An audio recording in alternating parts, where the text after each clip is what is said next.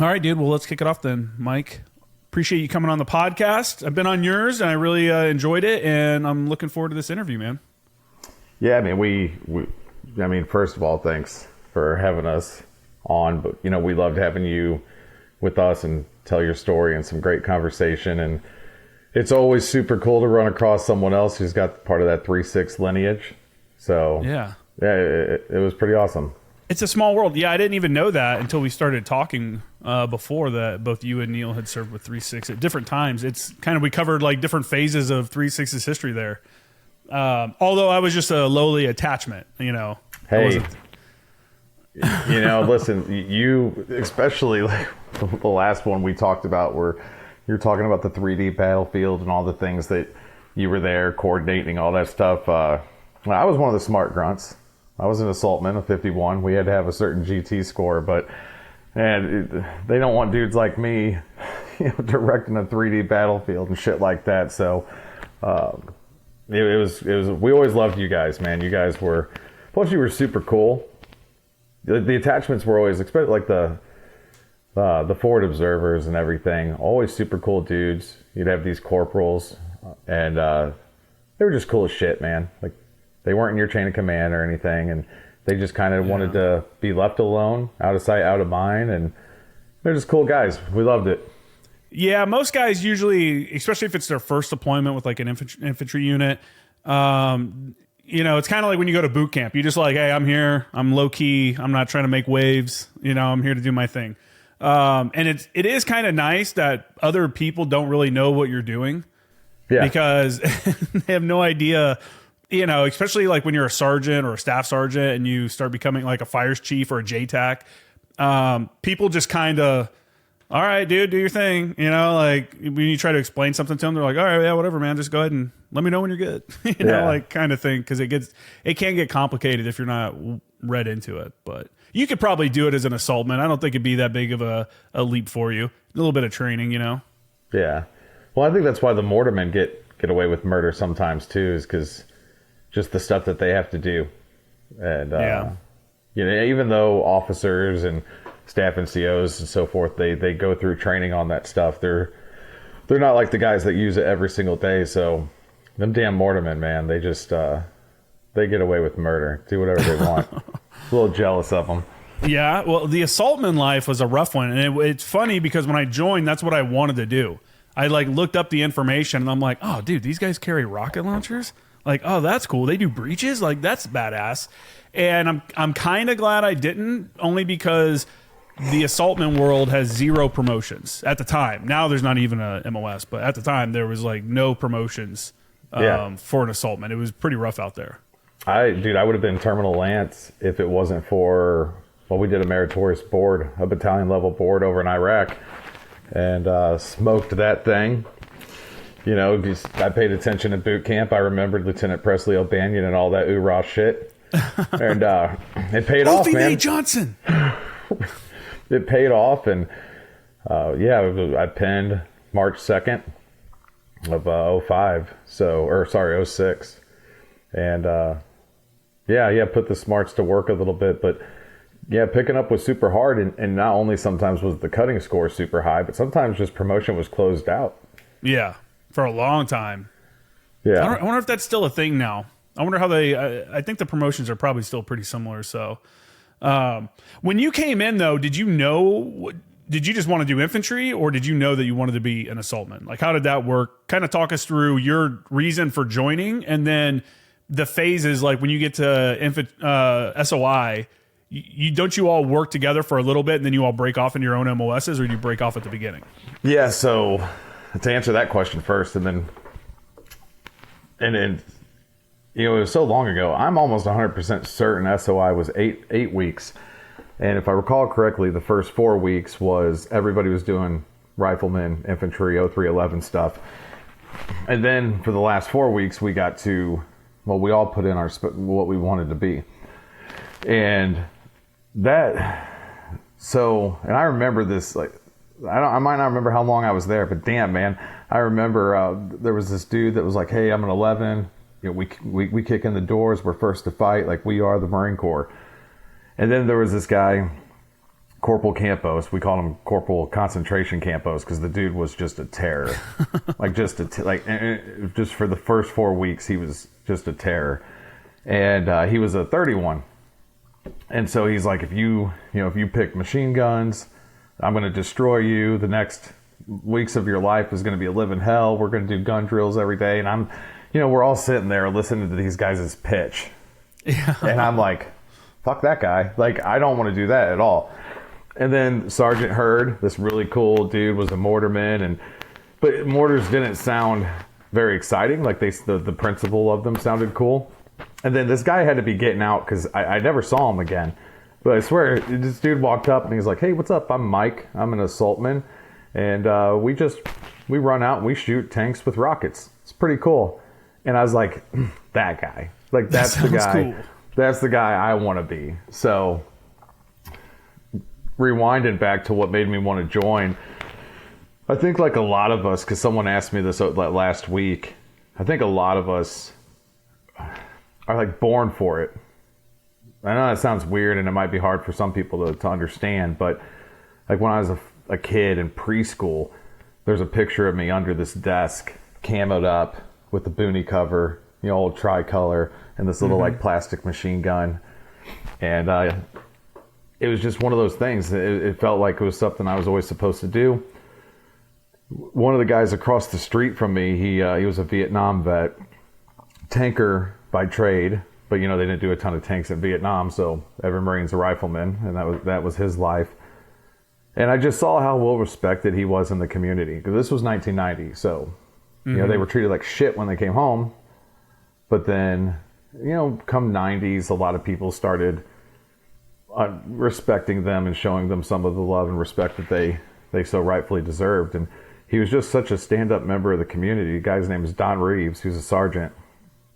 And that kind of solidified it. I was like, that's the man I want to be. I want to be the person that is there for people when they need them, has earned the respect of people and the community, can be counted on, reliable, dependable.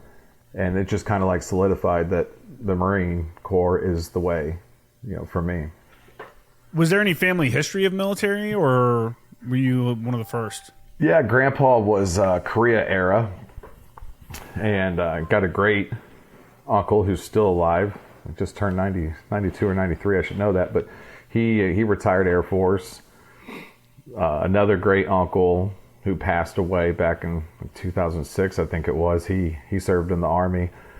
But as far as the Marine Corps goes, to this day, I'm still the first, the only on either side of the family that ever served in the Marine Corps. So, yeah, same here. Yeah, my grandfather on my dad's side was actually in the Army Air Corps at the end of World War II and was part of the occupation in Japan, and then switched to the Air Force when given the option, and retired from that. My dad was Army, and my grandfather on my mom's side was Army, and then some uncles military and stuff like that. So yeah, it's I think you're right. I think, man, when you said that, like talking about being a little kid with a boonie cover, it just like, I remember like hiding in the bushes in my dad's camo, like me and my brother, like playing war, and it's probably, I don't know. Yeah, you're right. Some kids that's all I ever wanted to do when I was growing up. Like before, and this was before September 11th happened. This was like, I was like reading books and I was going to join the Army. And then I read Marine Sniper, and that kind of switched me. I was like, oh shit, dude, let's do that.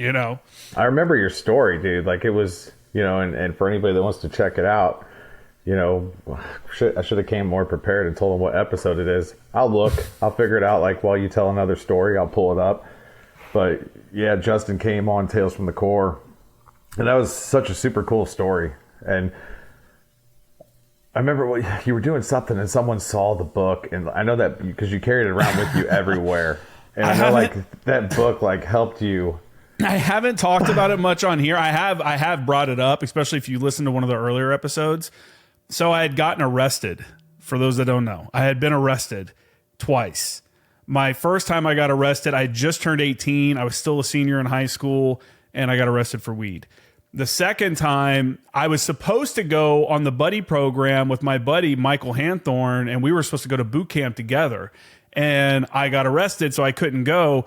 The second time I got arrested was his going away party. We were throwing him a going away party, and I got arrested again. And because I had been arrested the second time, I had to go down and meet with the prosecutor. And this was like 2003, probably 2003, maybe 2004. And while I'm waiting this was before smartphones or anything like that. While I was waiting to talk to him, I was sitting in his office or outside his office reading Marine Sniper. And when the prosecutor came in, he goes, "Hey, it's a really good book." I was like, "Yeah, I'm hoping when I finish all of this legal stuff, I want to join the Marines." And he's like, "Are you serious?" And I'm like, "Yeah." He's like, "Tell your recruiter, give me a call. And if you're not lying, then I'll see what I can do." And he gave me the minimum of everything. You know, that was my second time getting arrested. He gave me 6 months of probation, 6 months of supervised probation, and then like 6 months of unsupervised. And so that really helped me. It was like the 5th or 6th time I'd read that book too when he saw it. Yeah, episode 43. Actually, that's the last one we uploaded on Spotify and iTunes. We're gonna, get back into uploading on there again because we kind of switched over to YouTube. But yeah, you were the last episode. You've done a lot of interviews with like World War II vets and stuff, right? A lot of your interviews have, or are those more recent? Yeah, that's more recent too, and we're working on doing some more as well. One of the last guys that we just had on, John Gleason, was Army Air Corps. His story's incredible, man. I mean, yeah, dude almost broke me on the podcast. Just really, what battles were? Don't you remember what he was in? So I mean, they were tasked with bombing over in Germany, like they were flying over enemy territory, and I mean, I don't want to take any of his thunder. Again, that's something, if anybody wants to check out, an awesome dude. He was just on PBS for a Veterans Day special with one of our friends, Tracy Hunter. I know, I'm sure Neil talked about him a little bit with Beyond the Call and all the work that she does. Yeah, he gave him a shout out at the end there. Yeah. What was that movie about the bomber from World War II? The one that made it through the Memphis Belle. Oh, dude, that looks like, even that old school movie, now old school, kind of weird saying that.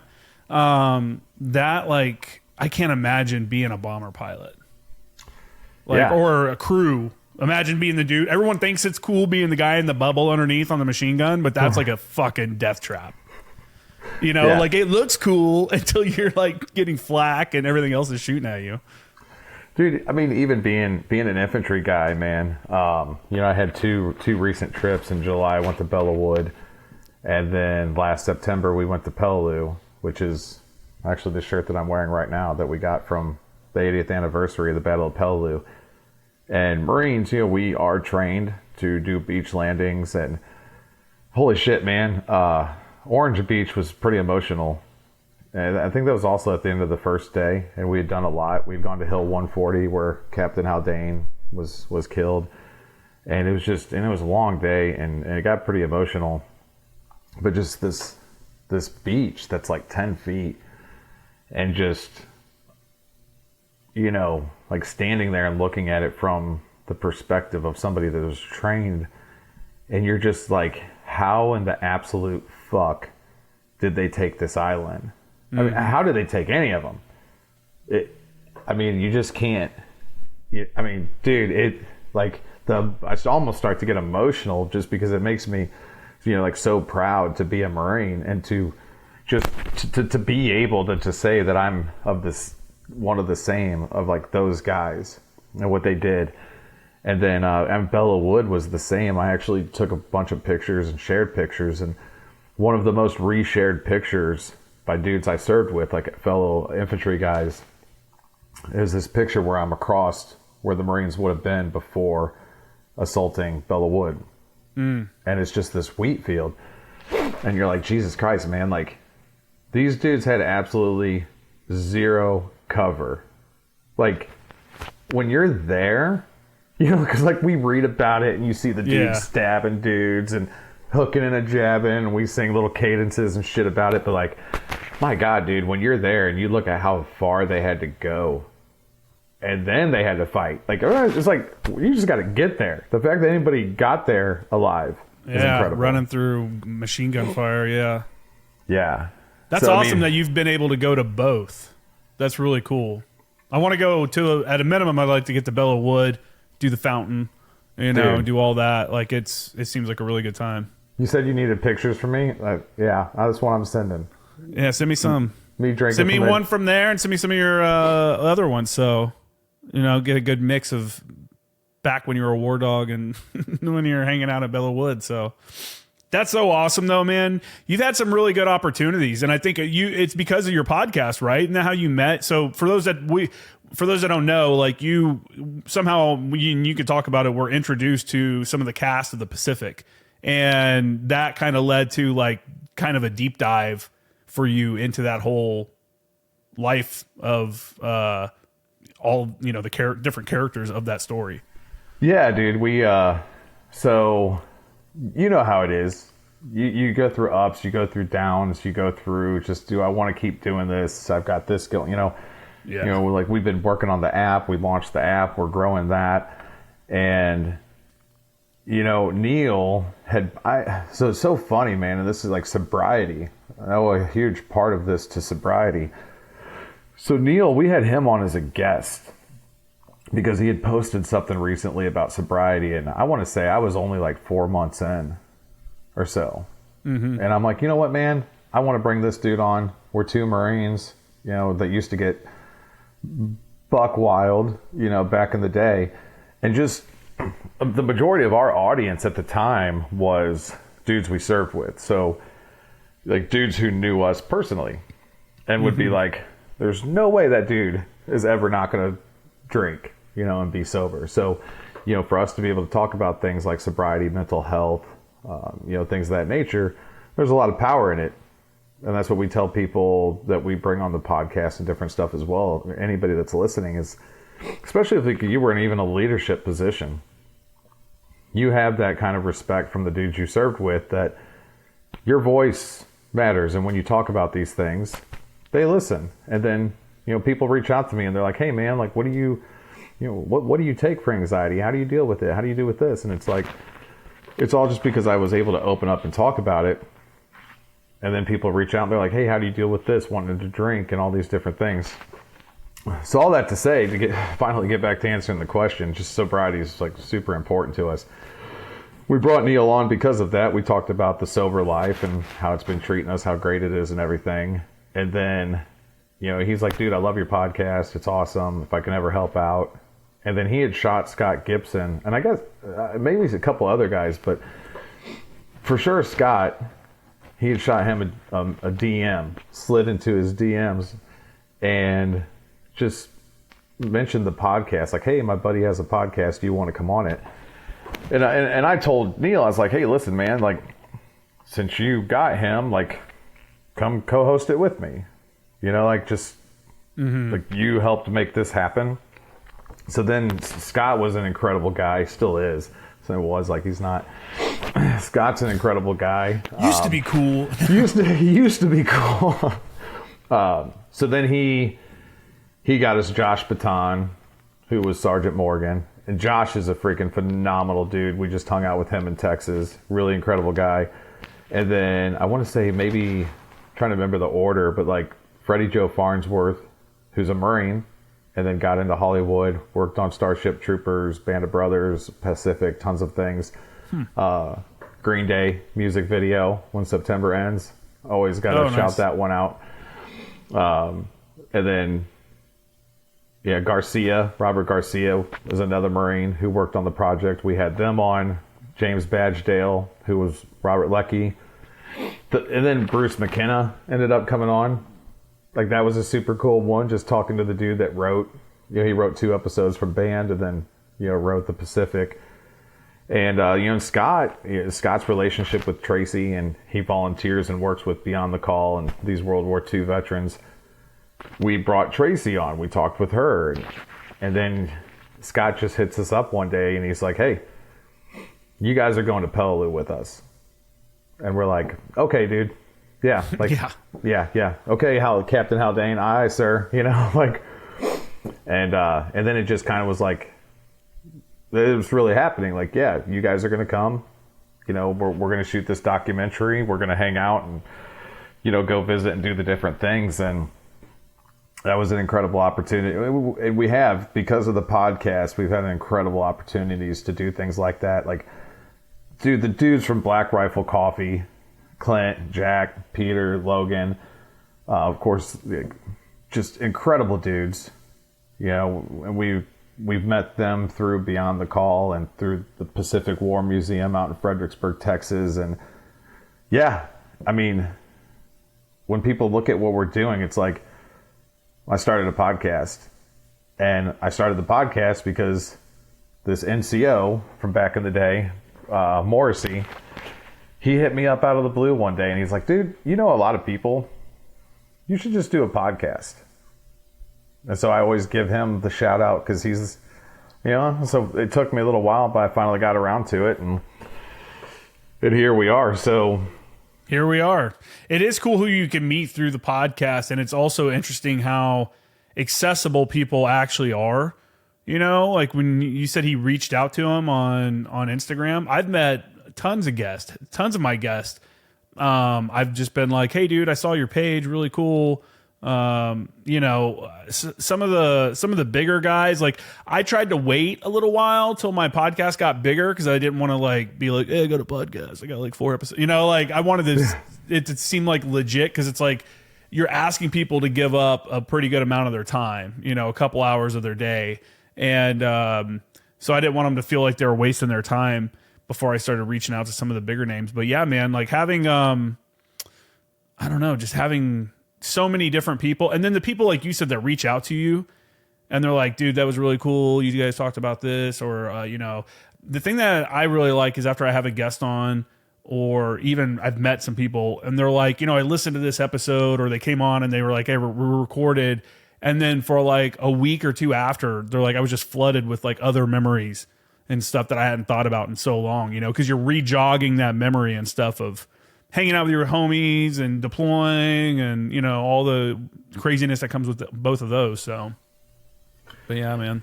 Yeah, and that's the thing for like, you know, dudes and chicks out there listening. Like I always tell people is just do something, like whatever it is that you want to do.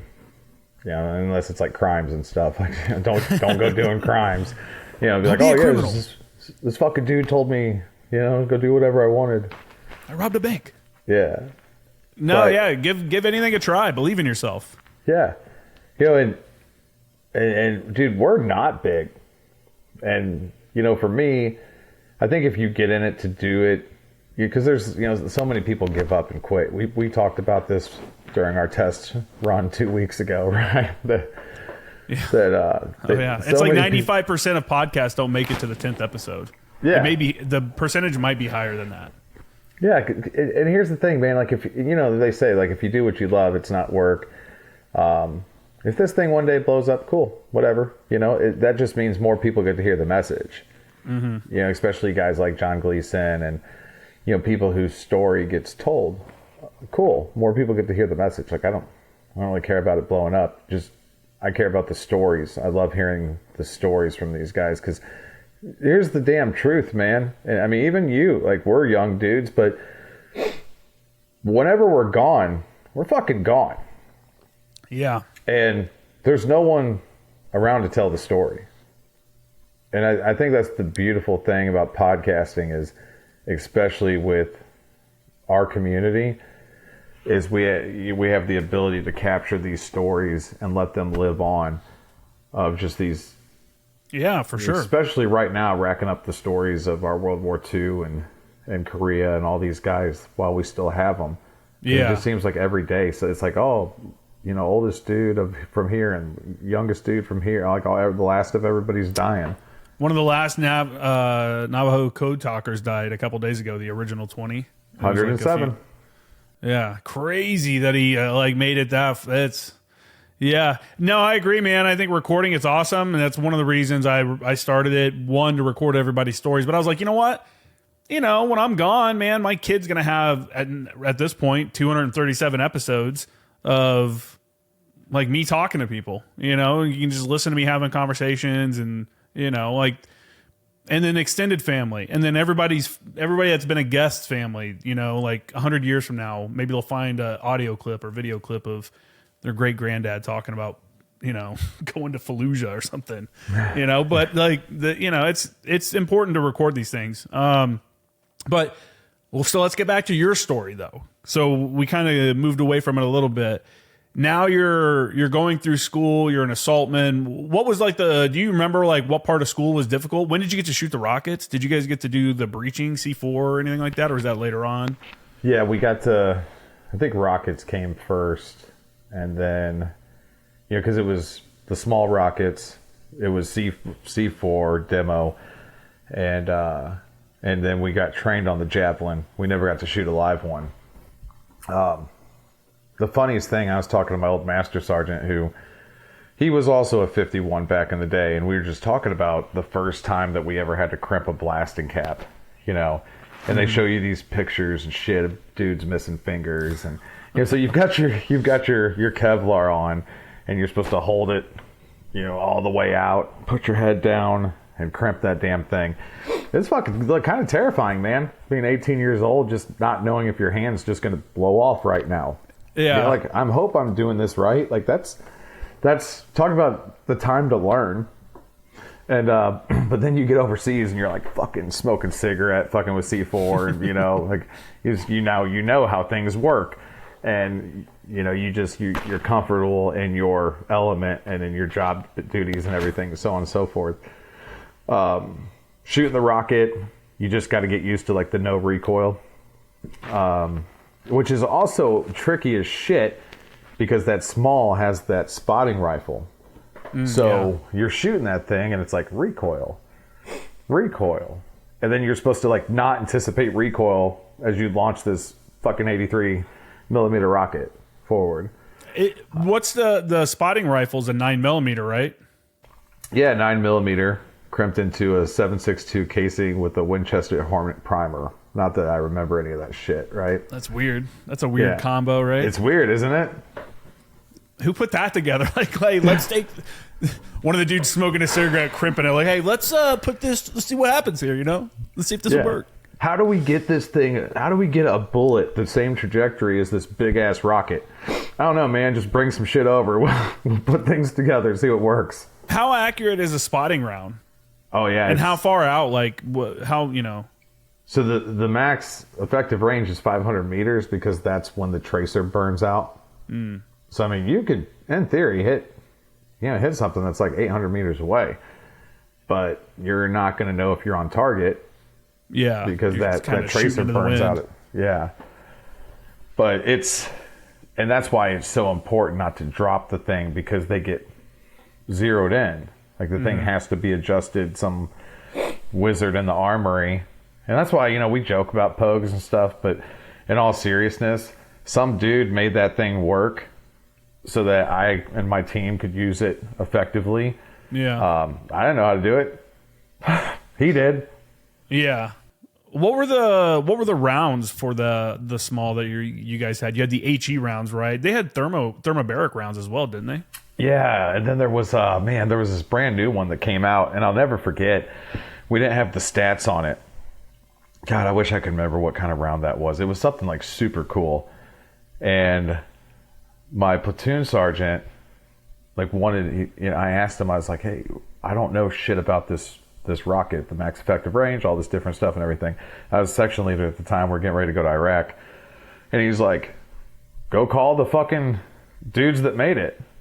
And I used to remember who it was that made that rocket. Like, I somehow looked it up because we didn't have Google and shit on our phones. But somehow I got the phone number and I called. I was like, "Yeah, what's up, man? I'm a Marine, like getting ready to go to Iraq. I just want to get some stats on this thing." And he's like, "Yeah, okay, cool." Like, and they're like giving me the stats on this rocket. I'm like, have a good trip. Yeah, I'm like some 20-year-old kid and calling up a rocket production factory, and they're just like giving me the fucking stats on this thing. Excuse me, Mr. Raytheon. I was wondering what the max effective range of this is. Yeah, I mean, it's kind of, I always laugh when I think back because the things that we have, you know, guys that are 18 to 22, guys and girls that are 18 to 22 doing. And it's like, then you look at an 18 to 22-year-old just out on the street and you're like, there's no way I'd let that person, you know, set up C4 or shoot rockets or whatever. Like, Yeah. What? You know, and most 18 to 22 year olds can't even imagine doing something like that. Yeah. You know? Yeah. Like, dude, we were like, and you know what's crazy is, I mean, we're older now, so we're like, yeah, we were kids. Like, that's the thing is, like, I don't know about you, I didn't feel like a kid. No, I was 22 when I joined, so I didn't feel like a kid anymore. I mean, I still was. Looking back, I was definitely young and immature. More mature than I was than if I had gone in when I was 18, though. Like, there's this weird difference, right? There's this weird difference between being a kid and being a boot, right? You're a dumb boot. You don't know how the fleet works. You get there, you're trying to learn things. You stand at parade rest for a fucking lance corporal. Like, I lance corporal. Like, that's a boot. You know, but you still felt like a man, especially my first time that I ever deployed. I was 18. I turned 19 in Afghanistan, 20 in Afghanistan, 21 in Iraq. So I got the trifecta. Man.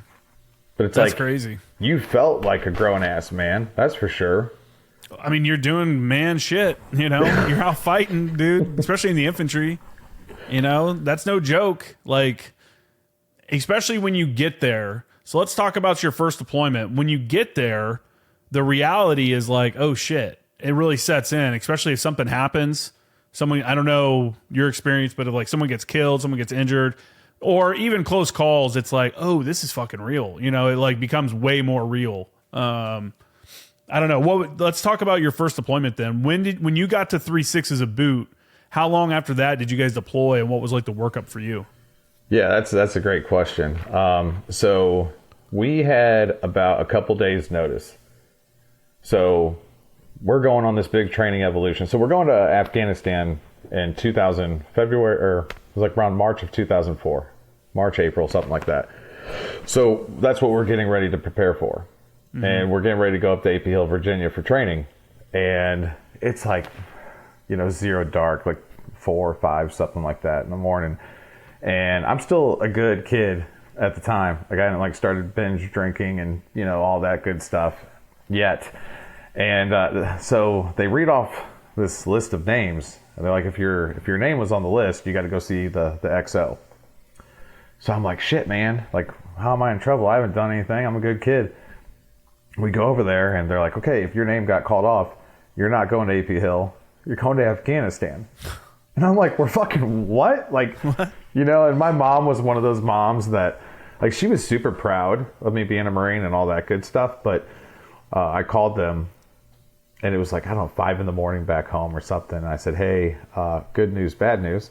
Because she was, you know, moms get nervous about you going on training ops and shit because Marines, people die in training evolutions. And I was like, well, I'm not going to AP Hill anymore. And she's like, oh, goodness, what's bad news? I was like, going to fucking Afghanistan. And she's like, are you messing with me? Yeah, so what happened was when we got to 3-6 was still the anti-terrorism battalion. So they were taking care of Cuba, the Horn of Africa, the embassy in Kabul, Afghanistan, all of these things.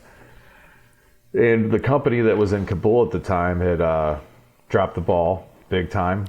I think people got relieved of command and stuff like that. So we had, it was like a couple days. Like, we had a couple days to get ready to get over there and relieve them. And yeah, it's, you know, just I remember landing in Kabul airport.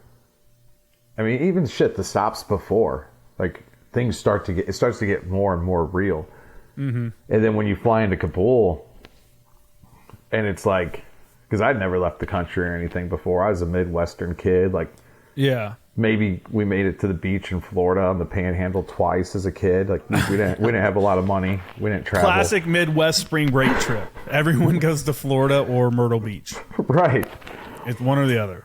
So, I mean, dude, I remember when we left the gate for the first time to head to the embassy, and there's this little girl and this little, like, think of Belle from what's it called, The Beauty and the Beast, and she's wearing this like pink fucking Cinderella Belle Disney princess dress, and she's just like, you know, as we're driving by, and like, that was my like first moment ever being in country, like seared into your brain. Yeah, it was you're like that oh, moment. shit. Gave her a thumbs up back. Dude, I just fucking my rifle. Like I probably pointed it at her. To be honest, like you're so nervous. Yeah, I'm like, she got a bomb? What the fuck? What are you doing? What's that thumbs up mean? Yeah, like I'm 18, man. I'm like, I don't know what the fuck's going on. And but you get over there, and we're over there. Our senior guys, a lot of the guys that were on that trip were the first ones into Afghanistan in 2001 with the 26 MEU. So we had some really incredible guys like Justin Harris, man, Ben Goyette, just some amazing dudes that were leaders for us. One of my buddies, Bart Lewis, just dudes who'd been there, done it before to kind of like help you learn the way. And we did QRF stuff over there. I remember one time ISAF getting themselves in trouble in downtown Kabul and us getting called out and, have like, what the fuck are we driving into? In this city, Yeah, an actual city too, not like some fake city. Yeah, it was. Yeah, I think That's like a metro. Yeah, there's over 1 million people there, right? What's that? There's like I think there's like 1.5 million people or something in Kabul. It's I want to say large. when we were there, it was like 700,000, which that checks out because that was 20 years ago. So yeah, maybe it has increased. It's definitely a big city though, and moving through it. I talked to guys that had deployed early on, and they, because there wasn't as much of an IED threat or really an IED threat at the time, they're like those early days in Afghanistan were much different deployments than later on. They were like, yeah, dude, we used to ride around like with traffic flowing in between us. Like there was no, and then when we went, it was much different. Like you're keeping people back. Like, it was the IED threat, the VBID threat, the vehicle borne IED threat, stuff like that. Kind of changed the game a little bit. So, but you guys had freedom of movement. Like, were you worried about getting ambushed or anything in the city? Yeah, I mean that's what had happened. ISAF had went out and gotten themselves ambushed in the city. Who made up like the ISAF forces? Germany's one of them, right? Yeah, I'd have to Google and look it up. It was just European countries. Yeah, because like when Germany's not allowed to have their own military, like they did something a couple years ago that pissed off the world.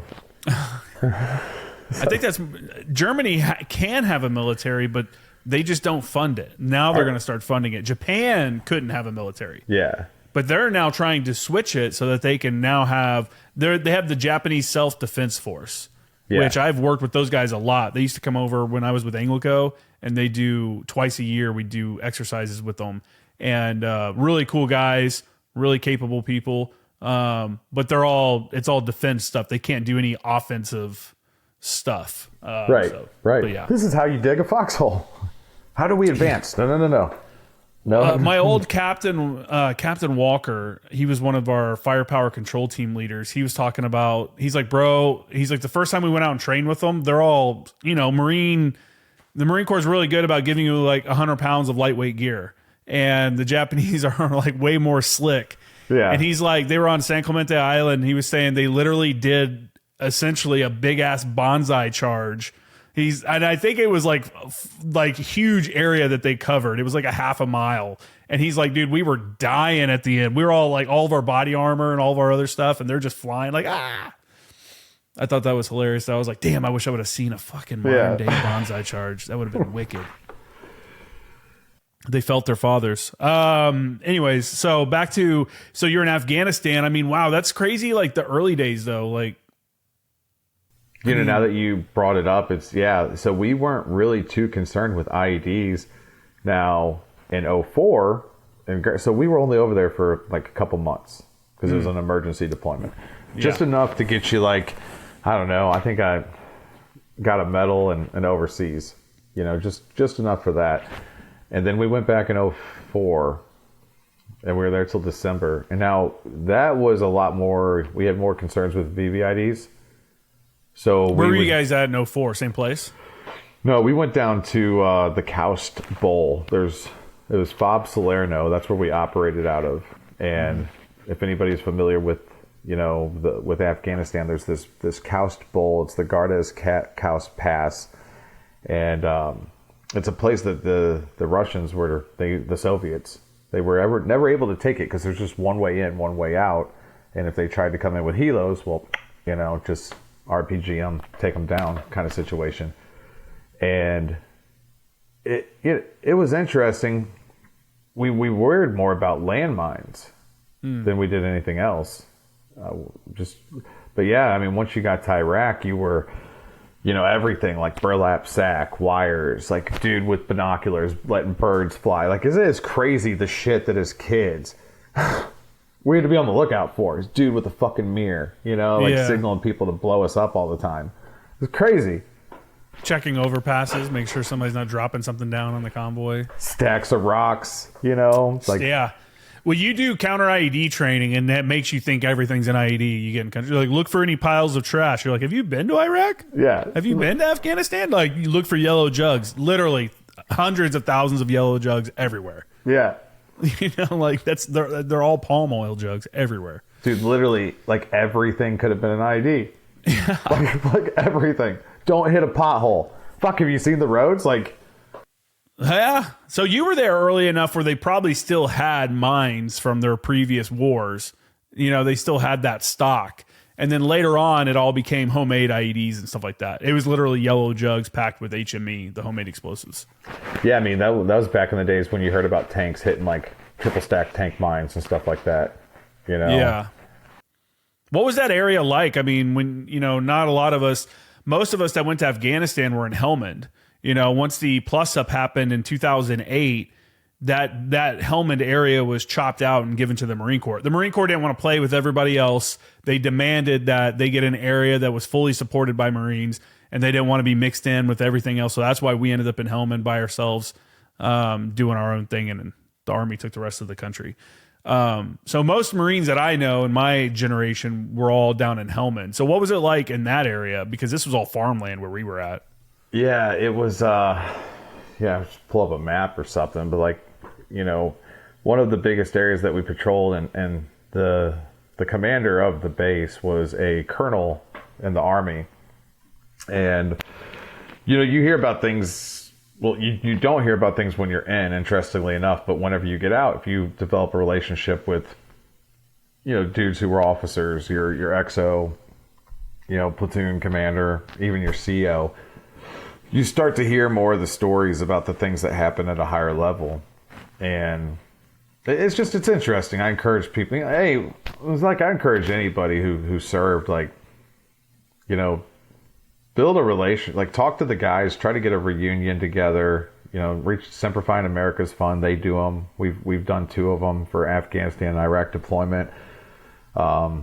It's lonely being lonely, man. And, just start talking to dudes, build a group chat, include some of the officers if they want to be involved or not. Like, you start to learn so much more and have a better appreciation of things. And then you really learn that, like, you're not alone, whatever it may be. Because somebody will put something in the group chat like, hey, man, has anybody dealt with this? And we're like, all of us. Like, yeah, all of us are experiencing that thing. And it's like, oh, shit. Like, it's empowering, kind of. Like, we're really good. Marines are really, really good at suffering together. Yeah. And so the fact that we're still technically suffering together, because we all have like the same ailments and shit that's wrong with us. Like, it's good to know that you're not suffering. As fucked up as it sounds, like, hey, I'm glad that you're suffering too. But you know what I'm saying? Like, in a weird psychological way, it's good to know that you're not alone and you're not the only one. And someone understands you. Yeah. Yeah.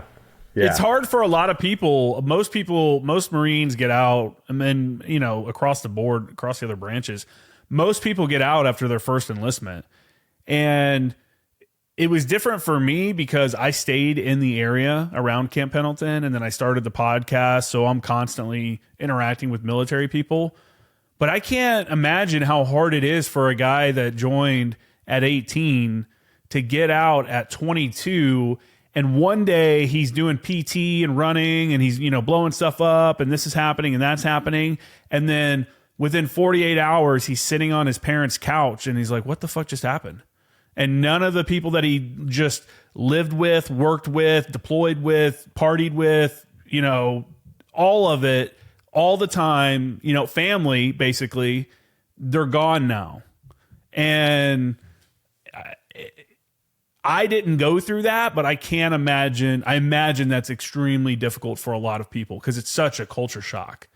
And the thing that I know a lot of people do is because of that culture shock, they want to go back to their town or whatever. And like, well, I got to make up for all that missed time. And they like start partying and doing crazy stuff. And, you know, then it becomes like it can become like a bad road. The important thing is to get out, find something that you're passionate about, get involved with it, and just keep moving forward. Stay busy. Like have a plan when you get out and just start doing, you know, making things happen. Yeah. Finding that sense of purpose. Yeah, you have to join a club, go running, something. You got to have a hobby that you really want to put yourself into, because you're going to be, if not, the gap that you're trying to fill from the military is just not, you can't fill it. You're never going to have another job where you have that sense of purpose, where you're like, we're all working towards this goal. And the ramifications of me not doing my job well as a fire support guy are huge. Real life ramifications. We're dropping bombs on stuff. If we mess that up, that's a big deal, you know? And that's the pressure that these like young people are going through. And we expect them to excel under that stress.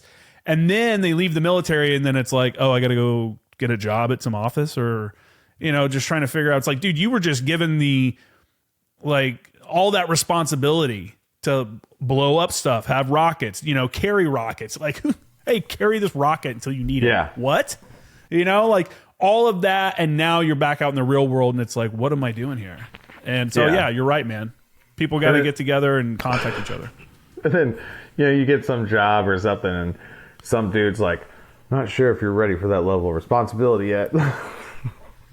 Everything feels, dude, I got out and I started working at an ad agency after I graduated from college. And I'm just like, none of this feels serious to me. Like, because before it was literally life and death stuff you're dealing with, you know, and you don't really think about it. It becomes like second, like whatever. You don't even consider it, but literally it's life and death stuff that you're messing with all the time. And it made it hard for me to take things seriously when I got out.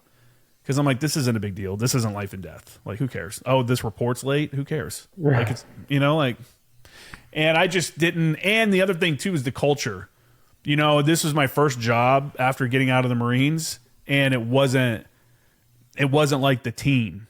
You know, what are we all working towards kind of deal. So, yeah, I don't know. I just didn't like it. So now I do my own thing.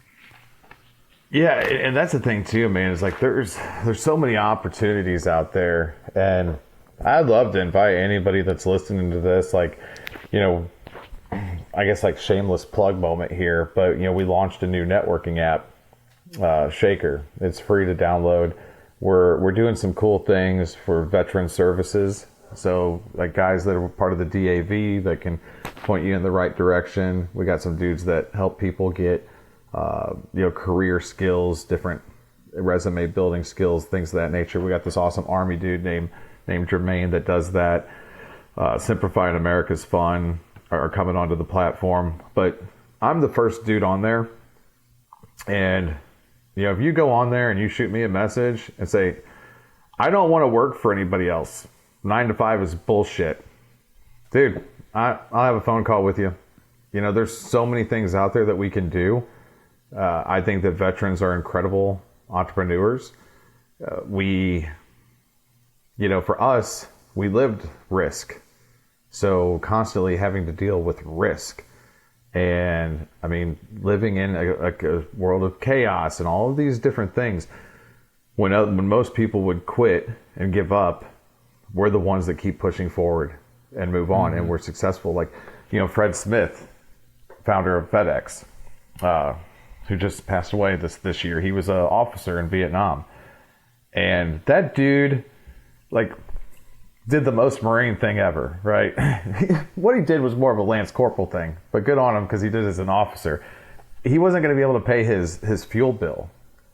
So he went to Vegas with like $5,000, like the rest of his money, everything he had, and played blackjack until he had enough money to pay his fuel bill while he was waiting on the loan. Yeah.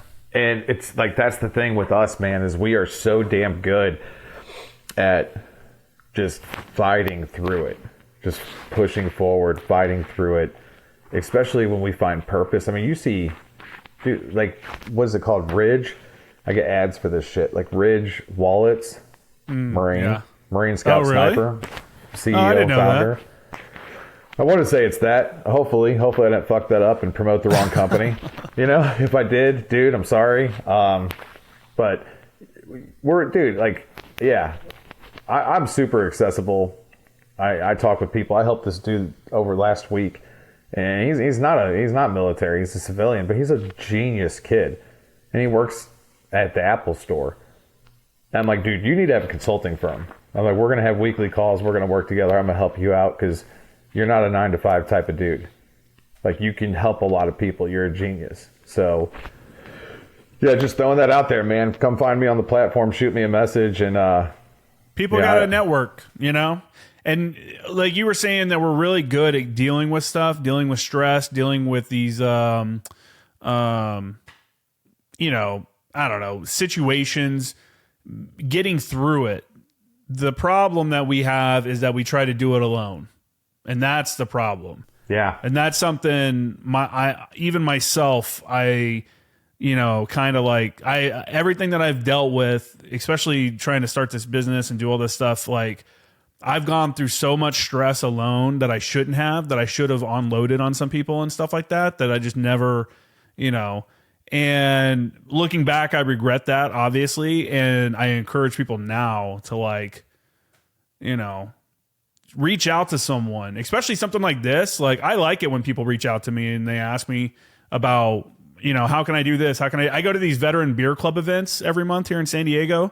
You wouldn't be interested. You're sober. You'd probably still go. I'm sure you still go to something like that. Some NA beers or something like that, you know? Yeah, you know.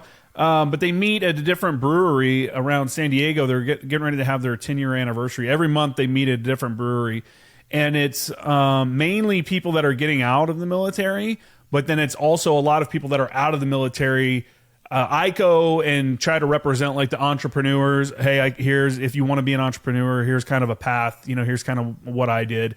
But there's, like, I mean, there's guys there that own multiple businesses. There's dudes that are multimillionaires. You know, there's people that are with General Atomics. There's people with all these different organizations. I mean, stuff like that is really important to go to. And I was telling a guy, I was like, I don't even necessarily come here because I need it. I just like the networking, like talking to people. Maybe I'll help somebody out. But, you know, just having conversations with like-minded people, or like people that understand what I'm talking about. Because when you get out, the people that are listening to this, when you get out, the opportunities to be around a group of military people become few and far between. And it's nice to be able to sit down and have a conversation with someone that knows what you're talking about when you bring up a deployment, a unit, a piece of gear, you know. Yeah. Yeah. So, but let's go back to, so you did 2 to Afghanistan. Was it weird going on your second Afghan deployment and now you're like the senior guy? You're the guy that the boots are looking up to, is like, oh, this guy's been here. He's the one that's been here and done this already. Yeah, it was a little weird, but it was also kind of cool. You know? Yeah. You've got some insight, you've got some knowledge, and you're able to help other people and share that knowledge with them. Yeah. And then you don't have the...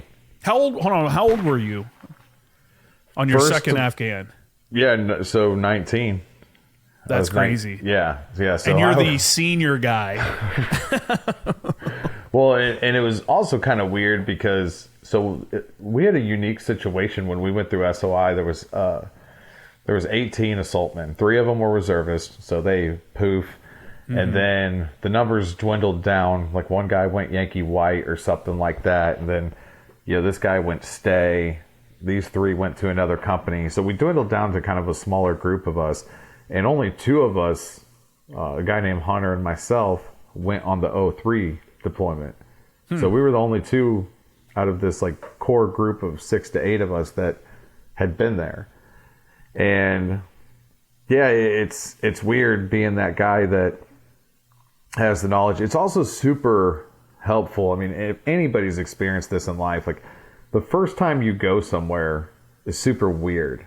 You know, like when you're going somewhere and it feels like it takes you forever to get there, but then whenever you come home, like it feels like you came home really quickly. And it's because like you're spending so much more cognitive energy on this unfamiliar environment. So like going over there, we were familiar with the process, and it just felt, in a weird way, going back to war felt like normal. Like it felt okay. It just felt like, okay, we've been here before. And then same thing with going to Iraq. That third deployment, going to war feels normal, which is a weird ass thing to even say. I mean, in that situation, now you're going to a different country. So a lot of the preconceived like notions you have from your previous 2 deployments, I mean, what did you have in your mind that you were thinking based off of your first 2 deployments, and then immediately got smashed when you got to Iraq? You're like, okay, that's not what we're doing. So going to Iraq, since I was section leader, I actually was like studying a lot of what was going on over there.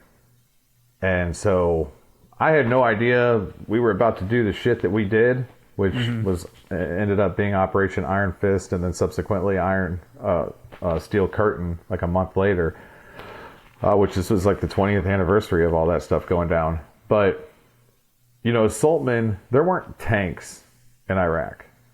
And so assaultmen were being used way heavier in the demolitions aspect of things. And so every morning I went in there and told our platoon commander, like, demo.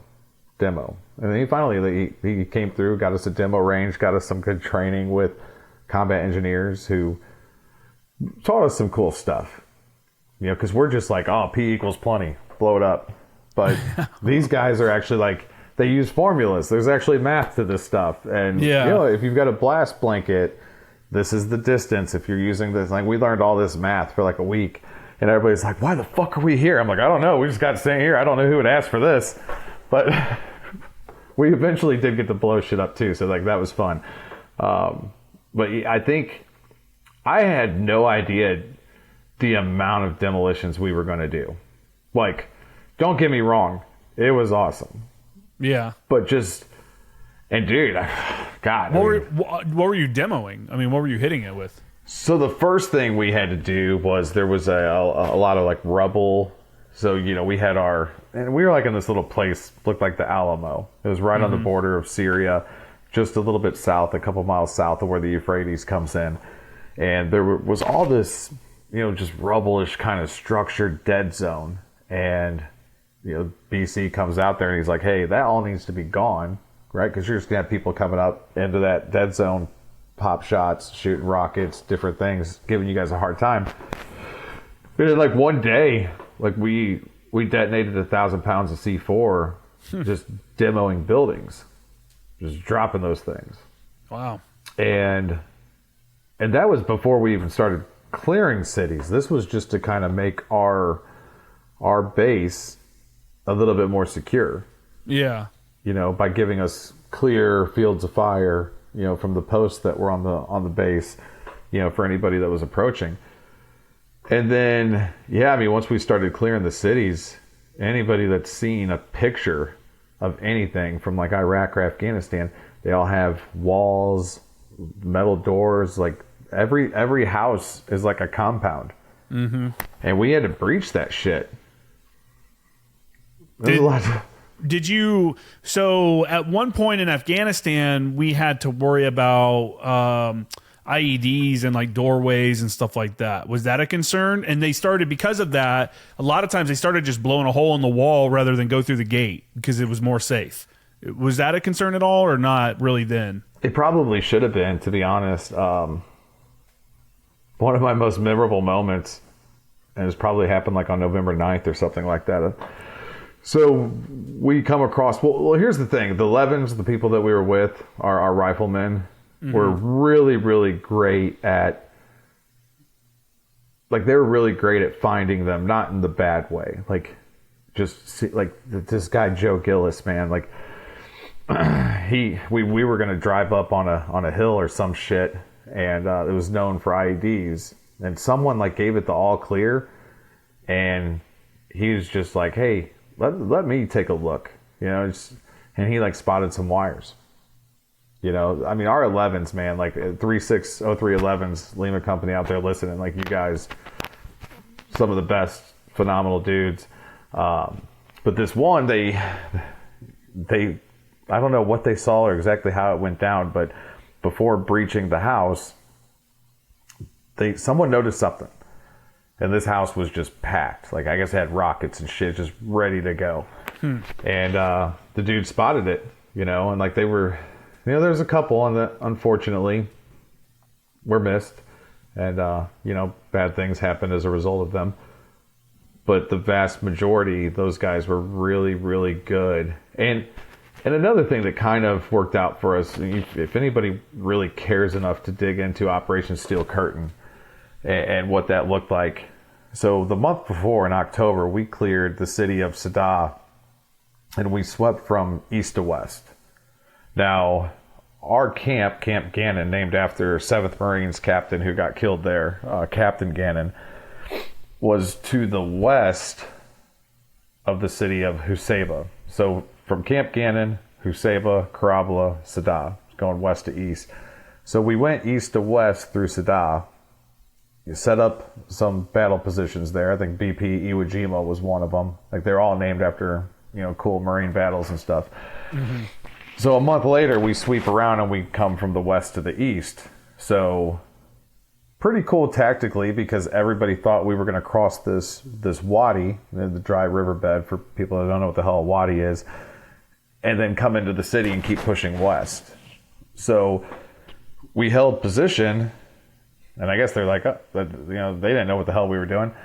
And then like a month later, we come west to east. So we didn't run into a lot of shit, because all the IEDs and everything were right there coming, if we were going to keep going east to west into the city of Karabla. And yeah, I think that like that played a huge role, because that's where we found most everything, was just right there on that eastern edge of that city, across from the wadi. So the tactical decisions on how to go about that, and then what was it, 2nd Battalion, 1st Marines, 2-1, they were on Mew, and they came and they joined. They were part of that. They were a huge part of it. And it was weird how the Mew got worked in for some of those. There was something, the reason a lot of times they were using the Mew is because they didn't have to count them under the troop numbers for the amount of troops in country, because there was like a cap. There's like a troop cap that you couldn't have. We had some agreement with Iraq, or maybe, I don't remember who it was, but there was like a cap on how many troops we'd have. And the Mew didn't count towards that cap because they were there temporarily. They never had their own battle space. They were always fell under someone else. And I think they had to be there it was either 60 or 90 days. It was like they had to be there less than 60 or 90 days. After that, then they would get counted towards the numbers of troops in the country. But yeah, during the earlier days, they got pulled in a bunch to support different operations that were going on. Now, when you guys were doing the clearing operations, how in depth was that? I mean, it wasn't like Fallujah where you're like bombing houses and everything all the way through and pushing everybody out of the city, but it was obviously, kind of describe that, and maybe describe kind of what kind of enemy attacks were you facing? Yeah, it was door to door. Yeah.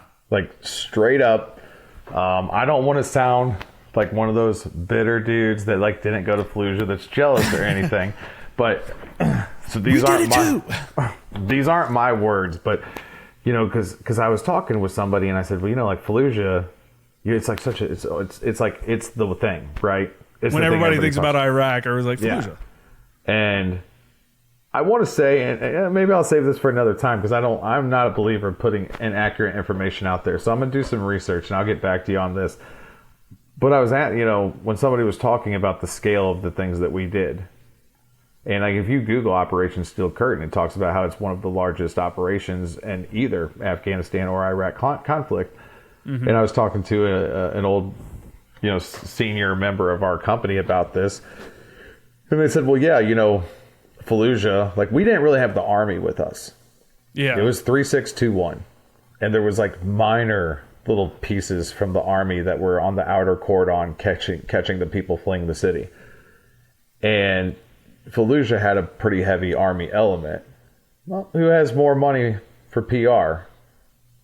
Nah, I don't think it was PR. Fallujah was an actual like siege of the city, though. Well, it was. It was like fully surrounded and like.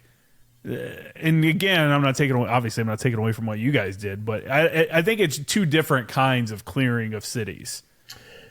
And it happened twice. So whenever you hear Fallujah, like it happened twice. The name.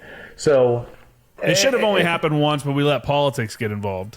Well, that's why we don't have Iwo Jima anymore. Yeah. You know how hard it is for us to go to Iwo Jima? No, I do.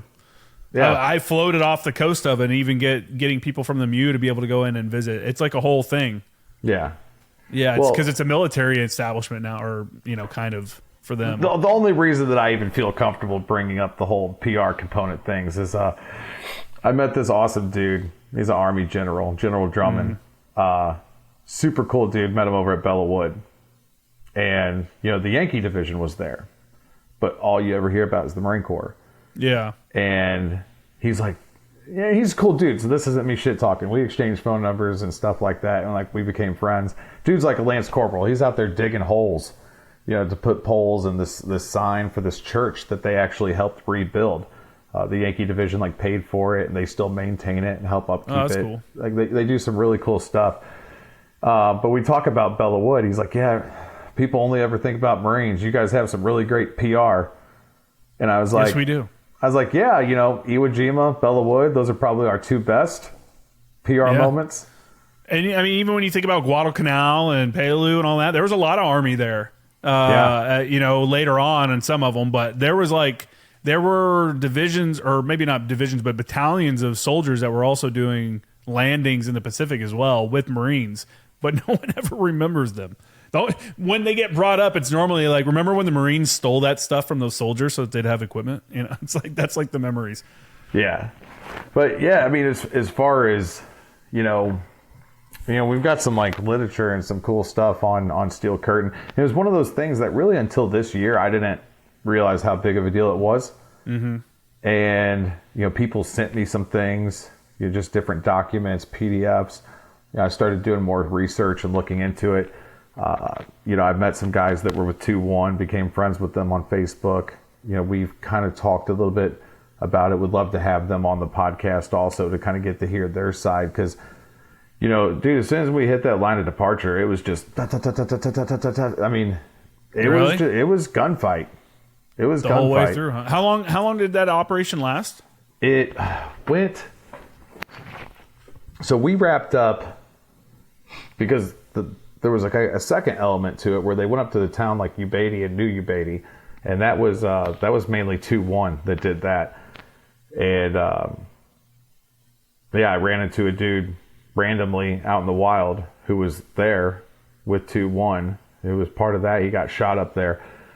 I'd have to look it up to tell you the exact dates, but we went something like November 3rd through November 11th, and then we kept taking the building up the city, different battle positions, and so on and so forth, and then 2-1 went up north and continued on, and I think 3rd Platoon from 3-6 went on with that mission also, but it was every single door was like kicked in, and it was door to door fighting. And how often did you get to use your rockets? The rockets were more for if there was like a suspected VVID. You didn't ever have any like enemy fighting positions or anything that were like a little bit more. There was one, and that was on the first half, Iron Fist, where one of our kids, we're just, there's this building up here, and he just plunk, dropped the rocket in that building. But yeah, we didn't get to use them that often. We were more just, we were heavy with demo. Like we ripped through so much demo. We ran out of, you've got two different types of blasting caps. You've got your time fuse, you got your electrical. So non-electrical, electrical.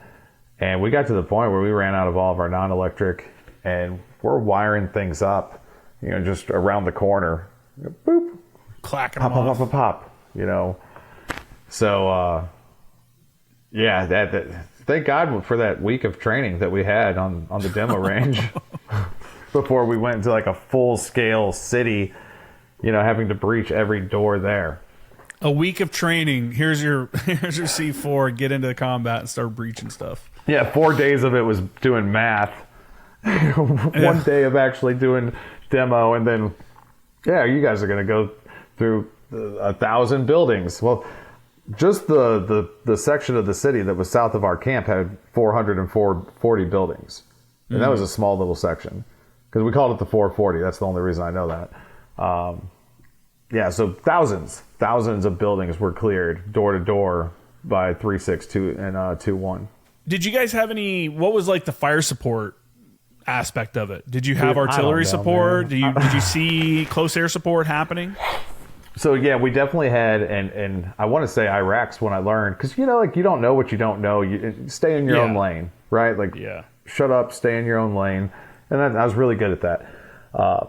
I didn't even realize pilots were air officers that were attached to infantry units to call in air support. Oh, really? Until that was my third deployment. I mean, that makes sense. When you're a junior guy in the infantry, you're just doing exactly what's right in front of your face. Yeah. You know? And then as you get a little older into it, then you start learning a little bit more. The guys that come up as fire supporters, it's a little different because you grow up learning artillery. You learn how to do call for and adjust artillery. But you're also expected to work with other forces. So you're working with the infantry, you're working with other people, and it causes you to learn. And a lot of times when you're a junior, like forward observer, you're working in the Fire Support Coordination Center. You know, that's not uncommon. And if you're doing that, then you have a direct basically relationship with like some of the senior officers or like the senior company officers, like the Battalion XO, OPSO, 3 Alpha, you know, those guys are all like right there with you every day. So you get to learn a little bit more big picture stuff than your average infantry guy that's down fucking, you know, eating dirt every day. Well, because, yeah, like you said when you were on with us, like you have to, like your role, your position, you have to know every aspect of this three-dimensional battlefield. Whereas for us, it's what's in front of you at the fire team squad level.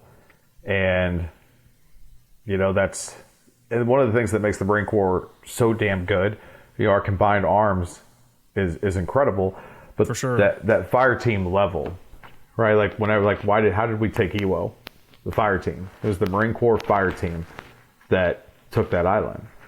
And everybody has their role. Everybody stays in their lane. You know your objective. You push forward. And so that's why, you know, when you ask like different things that I knew or whatever, I learned some things again as I became section leader and I started getting looped into some of the larger picture elements. I started to learn different people, who they were, what they did, what their roles were. But it was still very much kind of like just honing in and tuning in to like, okay, what are my guys going to be doing, you know, as they're spread out across 3 different platoons? Yeah. That's how you, I mean, that's how you see that someone has grown or matured in the military, is that they're learning these other things, and it's expected. As you become a section leader or whatever, or higher, you're involved in the planning of whatever the operation is coming up, your piece of the operation. And to be a good planner, you have to understand what other people around you are doing, especially if they're enablers that are helping you get to your whatever it is, your jumping off point, your line of departure, your attack point, you know, whatever it is. You have to understand, how are we going to get from point A to point B? Who and what is enabling us to do that? You know, the S4 nerd, you know, the little supply guy that you never cared about. Well, what's his role in this? Because he's going to be giving us food. So I got to plan for food for my guys. How am I getting that food from you, man? So now you're forced into these like relationships or these conversations with people that you've never had to work with before, if, you know, in that kind of situation. But yeah, and that's why guys get out of the military, and people are so much better than they a lot of times give themselves credit for. They know so much more, and they just have to. The problem is a lot of people have an issue transferring those skills over and understanding how I can take that skill and replicate it in the real world. And a lot of time it's not directly replicatable, but the theory or action behind it is, you know, like when I first started, I know we keep jumping between stories of deployment and this kind of stuff, but when I first got out of the Marines, I thought maybe I'll become a photographer. And I started shooting photos and I told myself, I was on my terminal leave. I had like 75 days of terminal leave. And I was on terminal leave and I was like, all right, well, if you want to be a photographer, then you have to be a photographer. That means 8 hours a day, you're doing photography stuff.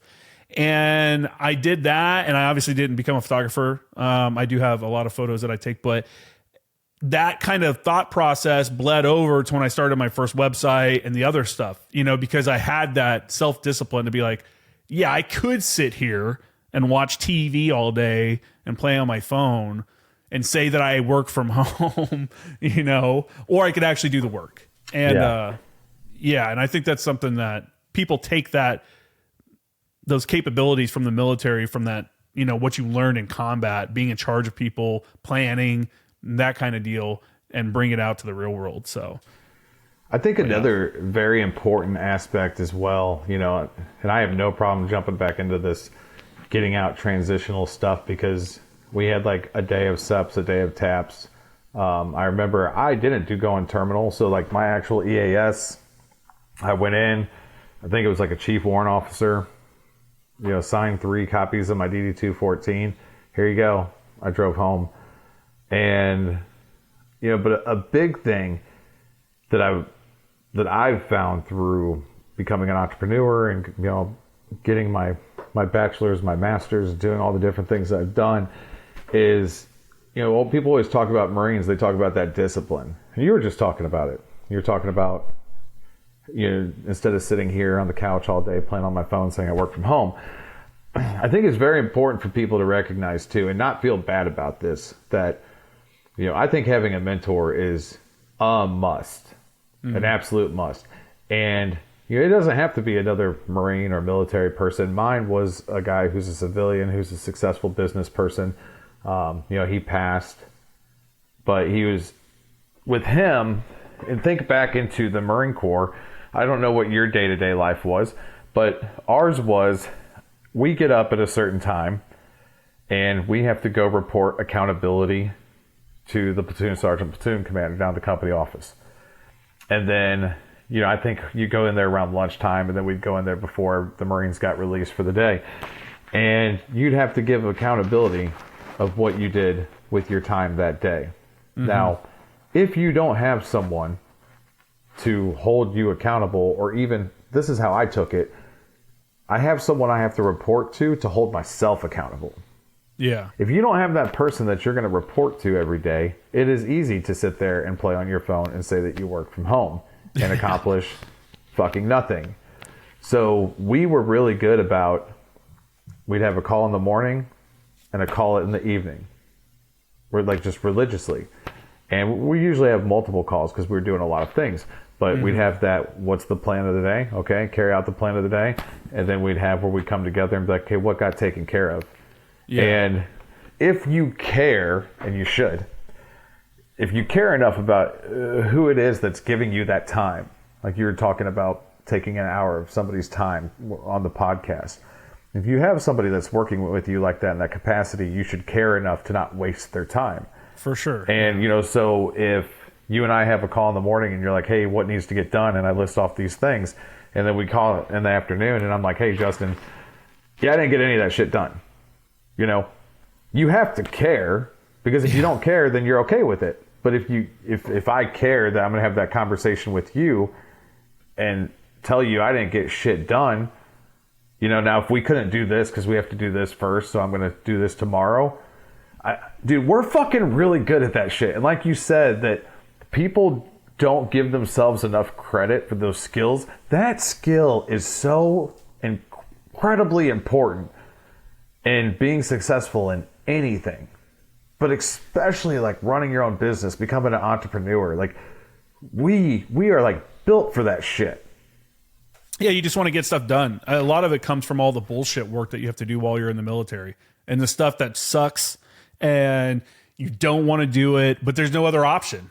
It's like, we can sit here and bitch about it for 20 minutes and then do it, or we could just fucking do it. Yeah. And then you're just miserable while you do it, but you have to do it because they said I had to do it. Yes, I'm going to go empty out the Connex box again, the whatever container of all of our equipment. And then I'm going to then load it back up. And then next week they're going to have me do it again. Those menial tasks, it's so frustrating when you have to do those things.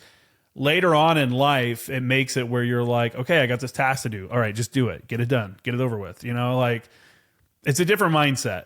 And it takes getting it doesn't take it, but one thing I guess that makes it easier for us to do it is because you just get beat up so much and you put through it so much.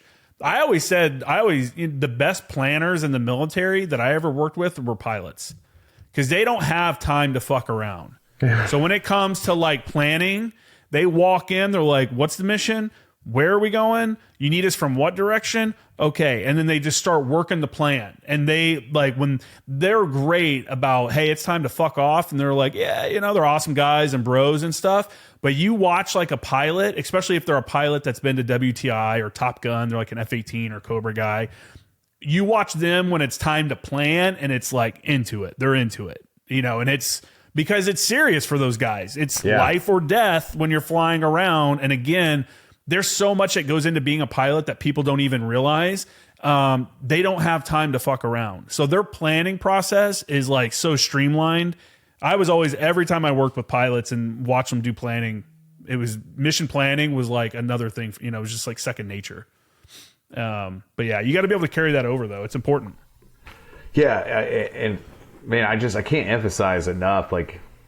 It's an incredible skill that we have. And you know what? I mean, it's like any skill. If you let it go to waste, you let it go to waste. But sure. I think it's important for everybody out there to know, because it's shit, man, I did this. What, especially infantry guys. I used to joke, and I was like, yeah, man, getting out of the infantry, I was going to go one of two directions. I was going to be a cop or a professional wrestler. Which is funny because there's a dude, Mike Carey, awesome guy, who he got out of the Marine Corps, became a professional wrestler. Oh, no way. And then he became a firefighter. So I'm like, dude, you're living my dream, man. That was my dream. That's what I was supposed to do. There's so many jobs out there for people. It's there was a guy, he reached out, someone reached out, I don't remember, but there was a Marine, I'm pretty sure he was a Marine. He went and drove in a subcategory for NASCAR. It was the step down. It might have been Bush League or whatever they call it now. I don't even know. It's been so long. It used to be Bush League back in the day. Yeah. He was the first veteran or first Marine professional race car driver. I saw that. I saw a story about that. I was like, wow, that's pretty badass. And it's to me, it's people that get out, they feel like they're stuck in a path based off of whatever job they had. A lot of people I see at these Veterans Beer Club events, they're working to be project managers. People tell them go get your P&P certification and become a project manager. And that's a great job, but it's don't feel like that's the only path that you have for success. There's a ton of things that you can do. And I've talked about this on one of the previous episodes, but it's you got to believe that you can do it. You got to believe that whatever it is that you want to do, it's possible. It's, I don't know. I may not ever be the top podcaster in the world, but I think I could do pretty well at it. And that's why I started it. And I was I know a lot of guys that are pretty cool and have a lot of cool stories. So you know what? Let's give it a shot. And I wasn't afraid of failing. I was you know what? If it doesn't work out, it doesn't work out. Then I'll do something else. I get you. That's the other thing is you got to be okay with failure and learning and growing. And, like I said, when I first got out, I thought I was going to be a photographer. I'm not doing photography now. But the things I learned while I was failing at that carried over to when I built my website, my first t-shirt website and stuff like that. And, guys that get out, guys and girls, you got to know that there's so much out there. Use your GI Bill, use your benefits and stuff to go be a pilot, go do whatever, join the circus. Fuck it. I don't know. Dude, I met this awesome juggler. This guy is amazing. Granted, he started when he was 6 and went professional when he was 15. But Yeah, went man. pro. He got drafted to the Barnum and Bailey. He did. He got drafted. He second round, but it's cool. He was doing like some travelist circuit. Dude, there's like a statue of him out in Vegas. Oh, really? Yeah, he's like fucking legit. How good of a juggler do you have to be for them to make a statue of you? The best. That's crazy. He's got chainsaws and flaming fucking things. His wife, she met his statue before she met him, and she like got no way. Yeah, like yeah, dude. Dude's like, he's like that's a good way to pick up women. women. You're right? like, yeah, that's statues of me. No big deal. Whatever. Then they're like, what for? You're like, I juggle. Like, yeah, he'll check out these limits. Yeah.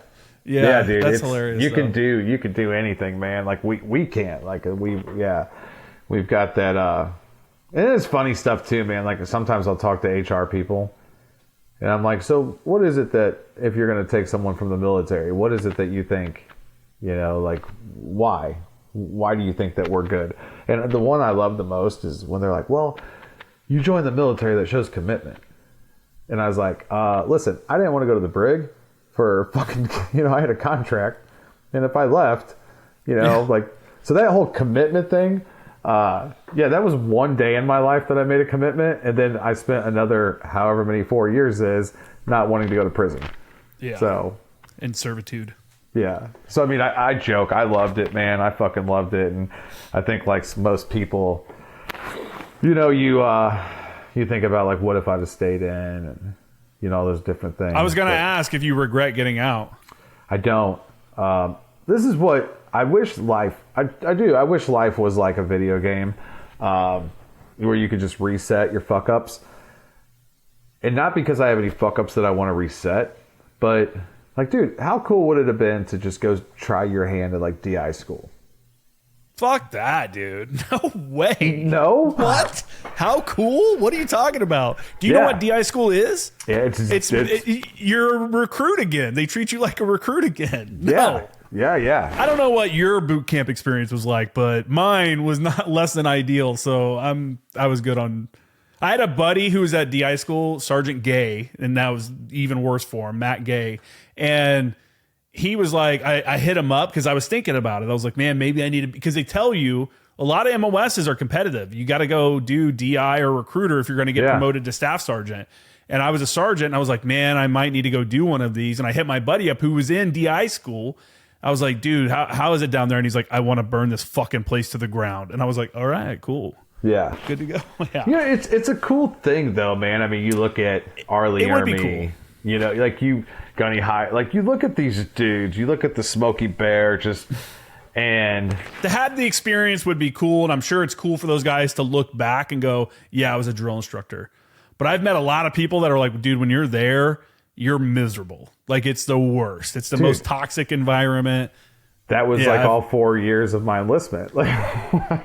I've heard some horror stories from drill instructors, and some people really enjoyed it though. I mean, some people did enjoy it, killing recruits every day and stuff like that. But dude, I mean, that's crazy that you were like, I would have been like, hey, go free fall skydive or something like that, not DI school. Well, yeah, I mean, it's something that you think about, like, what's cooler than becoming a Marine, like being the dude that makes them.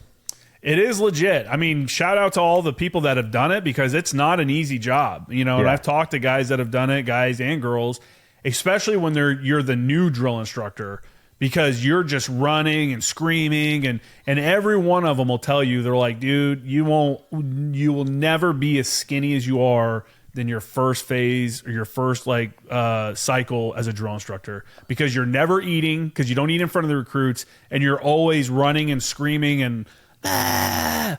And I was, dude, no way. Dude, they don't sleep. I mean, they don't. Yeah. That's what I'm saying, man. Is this like a super legit, it's.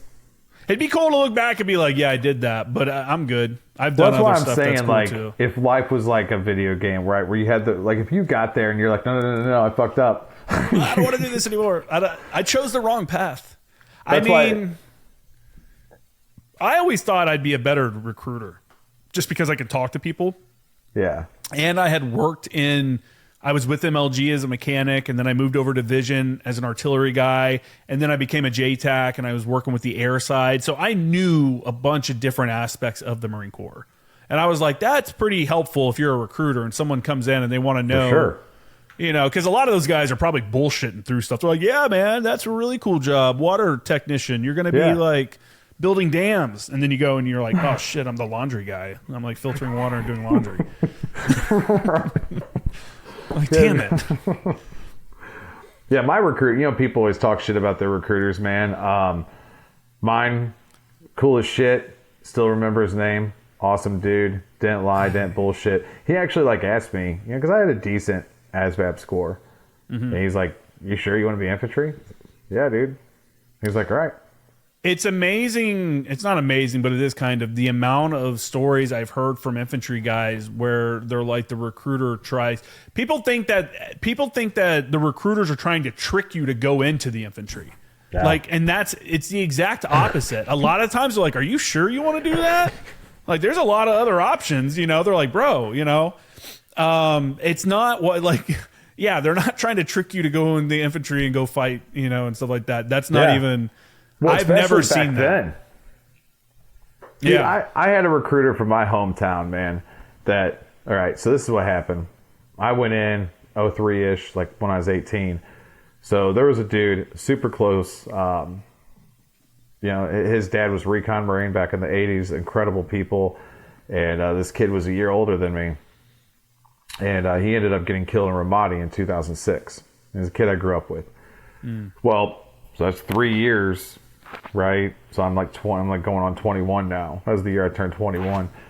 And so then a bunch of guys my age started going to the recruiting station. Well, for anybody that doesn't know, if you're in and you want this cool little trick and you want to save up leave, you can go on recruiter's assistance when you're a corporal. Because that's what I did when I got back from Iraq. I wanted to save my leave. And I was like, man, I'll just go do recruiter's assistance or something. It was like the coolest month of my life, by the way. Like, if the unit will let you. That is a good trick, though. It was super cool. Yeah. So, anyways, I became boys, you know, because, like, you're back as a corporal that's deployed 3 times, and this was back in that time when the recruiter, like, none of the recruiters had deployed ever. So you've got a sergeant, you've got a master sergeant, and they're just cool as shit. I remember, you know, they made us wear our uniforms out and stuff. Yeah, you got to wear your Deltas or Charlies every day. Yeah. And so, and it just so happened that this other guy, awesome dude, Rodney Backus, like, from the same hometown, he was with 2nd LAR. And I come into the recruiting office, and he's there too. He did the same fucking thing I did. He, like, put in for recruiter's assistance instead of taking post-deployment leave. Nice. And so we ended up just hanging out, getting tore up, having a blast for a month straight. And we actually, the master sergeant was like, how are things going? You guys aren't really bringing anybody into the office, blah, blah, blah, blah, blah. And I was like, well, master sergeant, you know, we're wearing these uniforms and we got our stacks. Everybody's asking what it's from. We're like, oh, this deployment, this deployment, this deployment. And he's like, yeah, don't do that. Scaring them off. Yeah. There's a war going on, boys. Yeah. My first recruiter was a piece of shit. We went the week after September 11th happened. I was a senior in high school, and that's when we went down to the recruiter's office. And this guy started coming to our high school and hanging out. Like, he'd come and eat lunch with us and stuff like that. And we're like, okay, you know, he's just trying to recruit other people. But then he'd be like, who's that chick? You know, he'd be saying some shit like that. And you're like, what? And eventually, a few months later, he decided, I think it was him.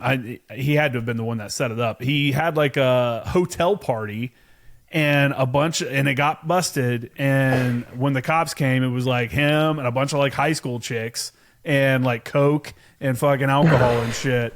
And so that was my first recruiter.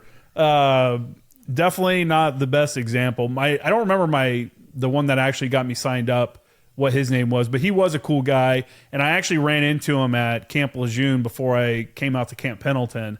And I was a sergeant at the time. And he's like, holy shit, bro. He's like, I'm glad to see you're doing well. You know, because he knew, because I'd been arrested and all that stuff before. Yeah. So he had to do all the stuff to like get me in. I tell people all the time, I'm like, dude, had there not been a war going on, I never would have been able to join. Like, I had too many waivers. They'd have been like, hell no, dude, go to the Army or go to the Navy. You know, you're not coming to the Marines, but yeah. Well, and to your point earlier about tricking people kind of not to join the infantry, so that's where that was going with that story, is that sergeant who was there, he would call me up and be like, yo, you know this dude? He went to high school with you. It's like a 21-year-old guy. And all these people were coming in. They wanted to join because our buddy got killed. Now all of a sudden they want to, you know, go over there. Fight in his honor kind of This dude was straight up like having me talk people, like trying to have me talk people out of joining the Marine Corps. And the reason was because they were joining for the wrong reason. You know, like they were trying to do some like Punisher, vengeance shit. And it's like, yeah, bro, you ain't going to go get some, you know, like, you know. I don't think his command would like hearing that. He's talking people out of joining. Yeah, I won't drop his name, even though that was like 20 years ago. Yeah. They hit him up now. They're like, hey, bro. Yeah. Those, know those numbers we had there? But he was a cool ass dude. That's cool. You know, because it helps when. Go ahead. He wanted to prevent people from making a fucking mistake that could end their life just because, like, oh, my buddy died. You know? Yeah. No, I tell people all the time, especially even just joining the Marine Corps, I'm like, you really got to want it because it's different than joining the Army and stuff. You're going to go through a lot of bullshit. You're going to get treated like shit. It's just the way it is. Like, the whole lax standards wasn't really necessarily a Marine Corps thing, you know, that they're all talking about now, about trying to tighten up standards. There is some stuff in the Marine Corps that they'll tighten up, but overall, the Marine Corps has always been a pain in the ass. You want a perfect score on your run, you have to run 3 miles in 18 minutes. Think about that. Think about that. Your highest score to get promoted, 3 miles in 18 minutes. You want to do perfect score on your pull-ups? 22 pull-ups. It used to be 20. Now it's 22, I think. Oh, did they up it? Fuck. Yeah, they upped it. I never even got 20 on a PFT. My best one was like 17, 16, something like that. 20 was fucking hard enough. They made it harder. Yeah. And I'm like, dude, people are like, you can't get 20. I'm like, you come over here and pull up 205 pounds 20 fucking times, bro. Well, and then get the fuck out of here. A PFT wasn't good enough anymore. They had to have now you got the CFT. never had to do the CFT, but dude, it's not. If it's a summer day, I would rather do the CFT. The first time I ever did it was like a January morning, and it was freezing ass cold.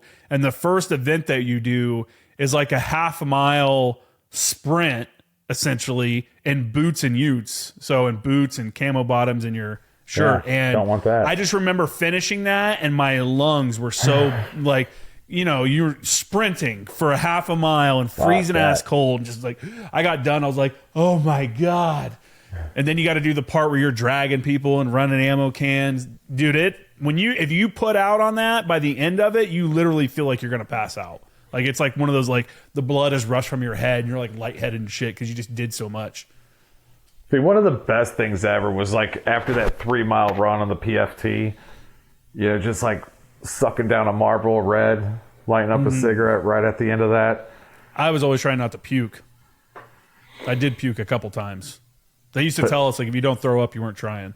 Yeah, I remember them saying that. That sounds like a horrible thing to make somebody haze themselves. And then we would run our PFT, you know, down on River Road? Lejeune, that road. No, it wouldn't be River Road. I have run them there, but before, when I was a mechanic and I was with MLG, we would run, I don't remember the name of the road, but it ran by the French Creek Chow Hall. And then it was basically like, it was French Creek. It was from like the Burger King and then all the way down to French Creek.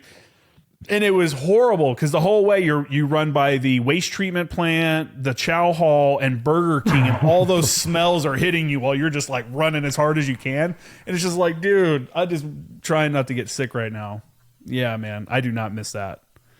But it was hardcore though, you know, that. And you know, I got in really bad shape. I guess I wasn't gonna bring this up. I thought about not even talking about this, but I got in really bad shape after I got out of the Marines. And part of it was because I was so used to like eating like I was in the Marine Corps. Yeah. And, you know, at Anglico and stuff like that, those kind of units, you get up and you go PT in the morning. And then your daily work may include wearing 35 pounds of body armor and then carrying a bunch of other shit, you know? So that's like, we did our workout. And now we're doing actual work. And that's like all this other stuff that's essentially another workout. And you get out of the military and none of that's happening anymore. You know, maybe for a little while you go for a run or whatever to keep yourself in shape. But you're not doing all the crazy stuff. And I just got in really bad shape. And then, last year I went through like a breakup with a chick and I got really depressed about it and stuff. And I work from home and it became very easy for me to get isolated. I essentially isolated myself because I didn't have to leave for anything. I'd have groceries delivered. I work from home. I don't have to like go anywhere or see anybody. And I was just sitting here and just being a fucking piece of shit. And for the longest time, man, for a little while, I didn't even want to record podcast episodes because I'd look at myself and I'm like, dude, you're a fat piece of shit. Like, look at you. You're the representative for this. Like, you're the guy that's representing like 0861s or JTACs or Marines in general. I'm like, and it was fucking tough, man. And I was going through some pretty rough shit. And this is why I said earlier about, you know, you got to talk to people because I wasn't telling anybody. No one knew that. Nobody knew like that. And it wasn't like I was like suicidal or anything like that, but I was just in a really bad spot and just trying to get through it on my own. And around April, I was like, dude, I'm tired of this, man. I'm like, what is going on? What are you doing? And I just made a change. I was like, I gotta like get in better shape. I gotta get physically, mentally, and spiritually better off. And I got on ChatGPT and I made a diet plan and had it just kind of help me, like, here's what I like. I was putting in all this information. And from April to like August, September, I lost 75 pounds just from dieting. Almost no working out, walking, you know, I'd go for walks and stuff. I go for walks and get coffee and everything. Yeah, man. But it was like, I had to make a change and I saw that. And like I said, I wasn't going to talk about that, but I feel like someone else probably needs to hear that, you know, and it's important. And that's what I'm saying, man. Like, you know, the mental health thing and, you know, all this stuff, like we've got to talk about it. And, you know, with our podcast, Tales from the Core, if one person listens to the episode and gets something out of it, awesome. Yeah. You know, yeah, it's easy. It's so, I mean, it's so like, dude, we just had a 20-year reunion in February. And all of us, you know, pretty heavy dudes. There were some guys there, and believe it or not, some of those motherfuckers had six packs and shit. I don't know how they're doing that, but good on them. Yeah. You know, the vast majority of us, you know, like we've got the vet bods now, you know. Yeah, it wasn't even that. Like, it was just, for me, it was like, dude, I was that depressed. I was just sitting here eating and not doing anything to take care of myself. I wasn't drinking. I was smoking a ton of weed. And I was just like, I gotta fix this. And that's when I made a change and I started dieting to the point where I was like weighing all my food.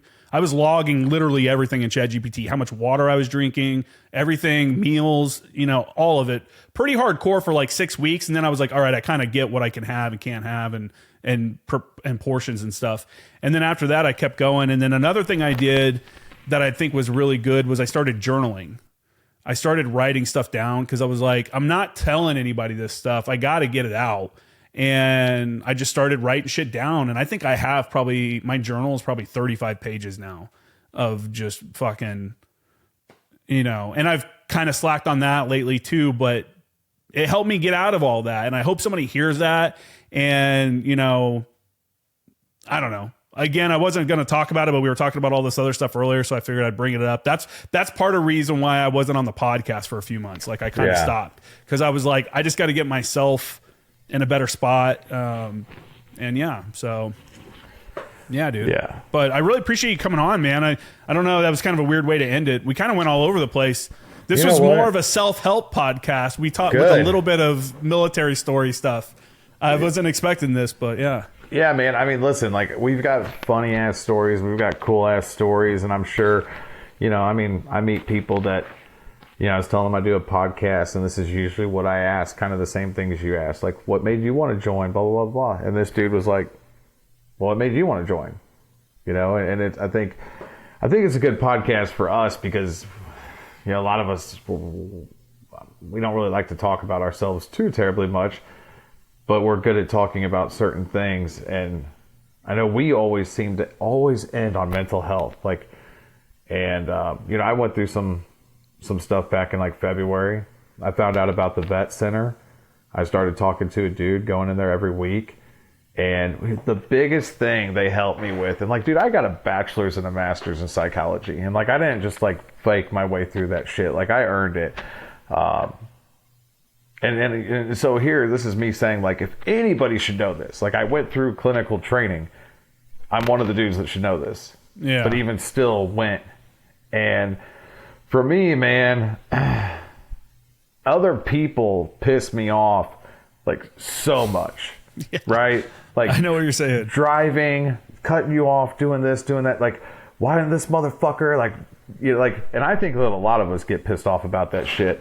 And, you know, we have an expectation. We have an expectation for humans to act a certain way.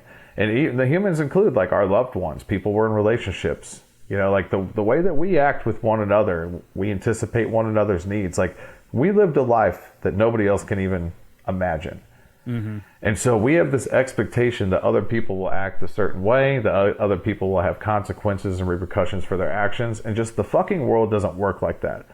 So the only thing that we can control is what we can control. Like, we control our emotions. So now, like, when some fuckface cuts me off in traffic, I'm like, okay, he chose to do that. I'm going to choose not to fucking, like, get pissed off and road rage him. Slam into him. Fuck you. It's like, we can't control what other people do.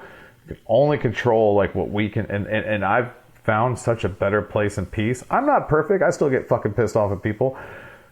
But it's helped a lot in having those sessions with, you know, a clinician. And he happens to be around the same age as us. He's an Iraq vet. He's a Marine too.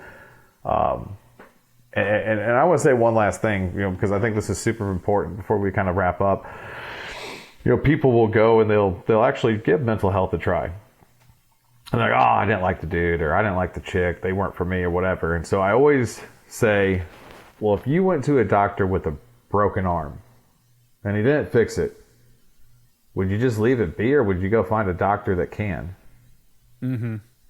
I'm going to go find a doctor that can fix my fucking broken ass arm is what I'm going to do. So just because you have an interaction with one person who's a clinician, people are different, man. There's different types of psychology. Some people are more cognitive behavioral. Some people are more behavioral. I don't like them. I've never been a fan of, like, you know, B.F. Skinner behavioral psychology stuff, even though I don't think they're wrong. You know, there's a lot of different stuff out there. And yeah, don't fucking, there's no shame in it. You know, here we are, you and I, like, who knows how many millions of people could watch this, and we're sitting here talking about, you know, like, being fucked up but getting better. Yeah. Like, well, I hope it's good for people, man. Yeah. Like, the diet thing for me was huge, and it gave me, I know a lot of people are doing the same thing, and use these tools. Like I said, I use ChatGPT. I went on there. I use AI all the time. I'm in digital marketing, so it's just kind of natural for me. But I went on there, was like, hi, I'm this age, this height, this weight. I'm a male. This is what I like to eat. This is how much I work out. And then it, like, this is my goals. And then it gave me, like, a diet plan. And it was like, I'd be like, give me the first 4 day, a menu for the first 4 days. And it would just spit that out for me. And then I have, like, a scale that's like a digital scale that has an app on my phone, and it gives you all the other readings, like body fat, water levels, bone density, all that bullshit. And I would screenshot that stuff. I'd weigh myself twice a week, screenshot that stuff, and upload that into ChatGPT as well. And I'm giving it all this information. And then I hadn't had an appointment at the VA for a while, and I set up an appointment and had a new doctor.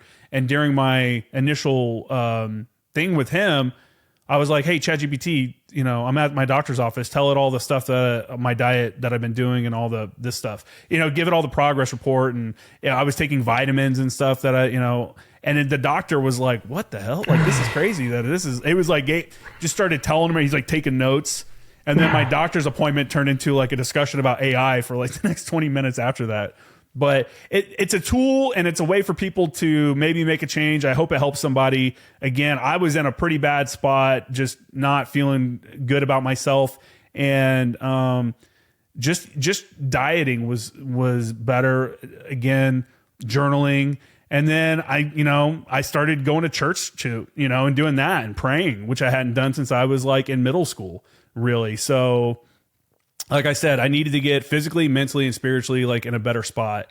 And I just hope somebody that maybe hears us can do the same thing. So if anybody, obviously I can't get to every message I try to, but obviously hit me up at Former Action Guys if anybody has a question about what I did for my diet or anything like that, and they want some advice or anything, I can try to help out. But yeah, man, I think this is a really good episode. I really appreciate you coming on. Why don't you go ahead and let everybody know where they can find your podcast, your app, and all, everything.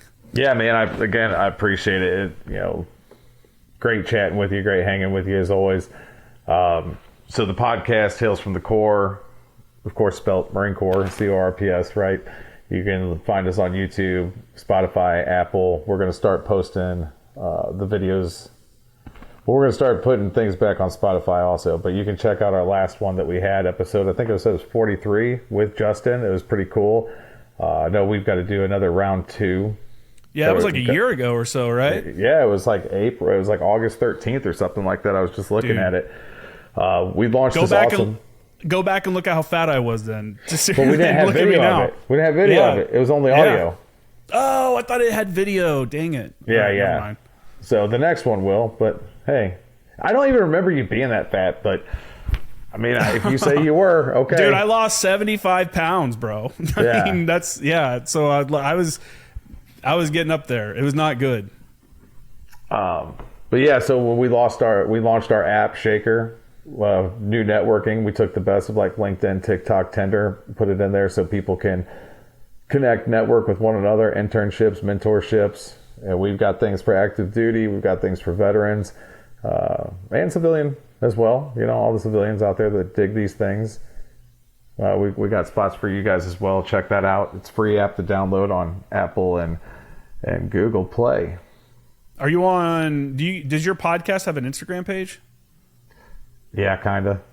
I'm not great at that stuff, man. Like I'm so bad at that stuff. You're like, I do kind of a podcast. I record-ish sometimes. Yeah. No, we need to. I like it because you're like you said earlier in the show, you're like, I don't care if it becomes big. I don't care about any of that. So it doesn't make it makes sense that you're like Instagram, whatever, totally. That's down your lane, man. But you have it, which is smart. So we have it. We posted a couple videos like a year or so ago. People don't realize how much of a job making a podcast is and then running social media pages to promote that podcast. Yeah. And that's one thing that's why I said making the commitment to get back to doing the podcast, because I know a lot of people enjoyed it. I enjoyed it myself. But when you have a full-time job, even if it's working from home, working for yourself, when all your energy and focus is on that. I mean, this has been a good 2 hours, but I don't know how you feel. I didn't have to think of the questions, but man, whenever I'm like interviewing somebody, I'm freaking gassed. Like at the end, because like my brain is just... Yeah. All I had to do was answer questions and talk this time, so I feel great. I had a good time. Yeah. Questions for me, I don't really write them down or anything. I like to just kind of off the cuff. I know enough about, I know a little bit about enough stuff that I can kind of keep a conversation going. Unless it's someone that is like a bigger name or they're well known for something, I generally don't do a lot of background on people. I'm like, hey, what units were you with? And like, when did you deploy? Yeah. That much information and your MOS, I can kind of get the gist of what I want to ask, but I know what you're saying. It's people see this podcast and it's like, oh wow, that was cool. They did a 2-hour conversation. This 2-hour conversation is going to equate to about 8 hours of work. That's us setting it up, the 2 hours of recording, the editing on the back end, editing social media posts, posting social media posts, all of that. Like there's a lot that goes into it that people don't really realize. It's about 6 to 8 hours of work for each episode. And on top of everything else that I do, it does become a job, but it's important, It's important and it's worth it. Yeah. You mentioned a reunion that you went to. I went to an Anglico reunion a few months ago, which was, I do want to give a shout out to Jason Angel. He set that up. He's one of the guys that helped set that up, or he let me know about it. I'm pretty sure he helped set it up. But that was one of my catalysts to be like, I got to lose weight. Like, I can't show up at this fucking reunion and be a fat piece of shit. And that was one of my, like, okay, my kid's graduating high school and I got this Anglico reunion coming up. I got to, like, do something here. And, whatever it takes, like, use those motivations to do it. But shout out to him, because that I've never told him that. He didn't know that probably, but that was one of my motivations to, like, okay, because it was great seeing people, and it was great going to the Anglico reunion. And what was really cool was the amount of people that I'd never met before that came up to me and talked about the podcast. And they were like, bro, it was so great. I listened to this episode and it's like, that was another like rejuvenation where I was like, I got to get recording again. I got to get, I was like, dude, I always kind of wrote it off how big the podcast is. I'm always like, I never even told people I did a podcast. I always thought that was kind of weird. Oh yeah, I have a podcast. Oh yeah, cool, dude. Yeah. But once I hit like millions of views, then I was like, oh shit. And then I meet these people that have listened to it. And yeah, it was like, man, I really got to get back into this. Like, this is important for a lot of people. So my brother-in-law, Chad, also gave me a lot of shit about not having episodes. But anyways, enough of that. All your stuff is plugged, right? Do you have anything else? Yeah, I mean, I'm good, man. Of course, going to give a shout out to our Beyond the Call folks, just because of what they're. I mean, man, if you got a couple bucks, like 100% goes to the veterans. It's they're getting World War II people back out to Pearl Harbor, and like we talked about earlier, man, people are passing every day. Yeah. Send me the link, and I'll make sure to add that to the show description so that people can just go there and click on the link. Yeah, it's really incredible. And I mean. Yeah, it's really incredible. I've been there firsthand with the World War II vets, and Tracy works literally like people use tirelessly all the time, but this woman works all the time, to take care of these guys, and she does.